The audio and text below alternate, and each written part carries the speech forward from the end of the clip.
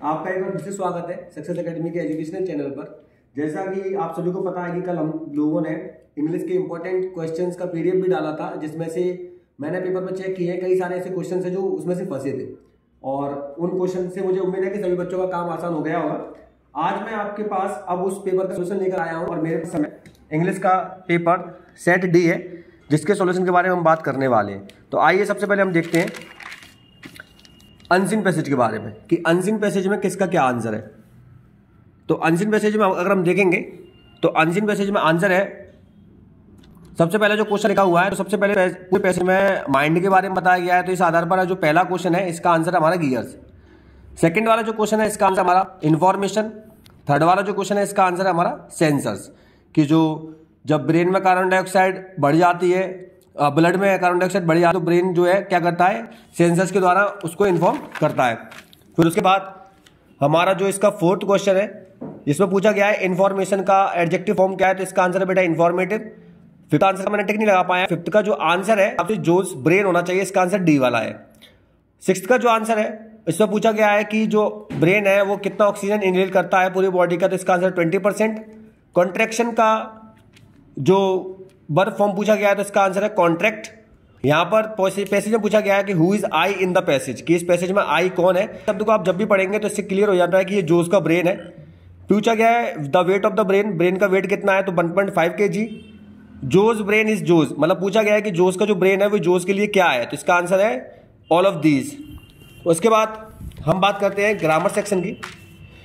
Grammar section में अगर हम देखें तो इसमें एक क्वेश्चन ऐसा आया था जिसमें कई बच्चों ने गलतियां की हैं। सबसे पहले बात करते हैं अपन पहले क्वेश्चन के बारे में। इसमें पहले का जो आंसर है I know dash he is ill, तो इसका आंसर हो जाएगा बेटा दैट।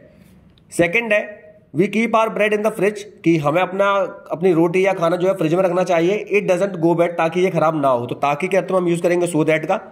थर्ड वाले में हमारा हाउ के साथ आएगा मच, क्योंकि मिल्क जो है अनकाउंटेबल होता है इसलिए मच का यूज करेंगे। फोर्थ वाले में हमारा आंसर आएगा ऑफ।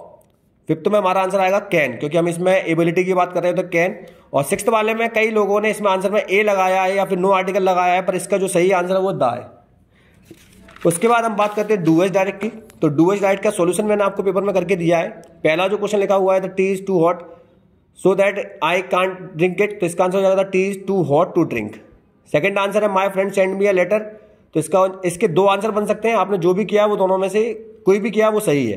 पहला आंसर है a letter was sent to me by my friend, या फिर I was sent a letter by my friend.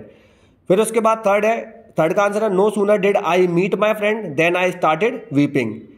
Sixth का आंसर है you can not catch the bus unless you take a taxi. Fifth का answer है he had his lunch.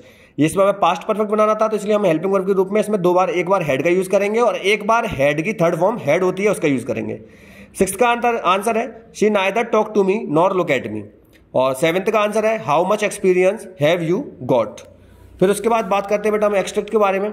तो extract का जो पहला क्वेश्चन है वो मोस्टली लोग गलत करके आए हैं। इसमें पूछा गया था पोइट इज कमिंग फ्रॉम, की जो कवियत्री थी वो कहां से आ रही थी, तो इसका आंसर है the parents home. Her parents home, वो अपने माता पिता के घर से आ रही थी।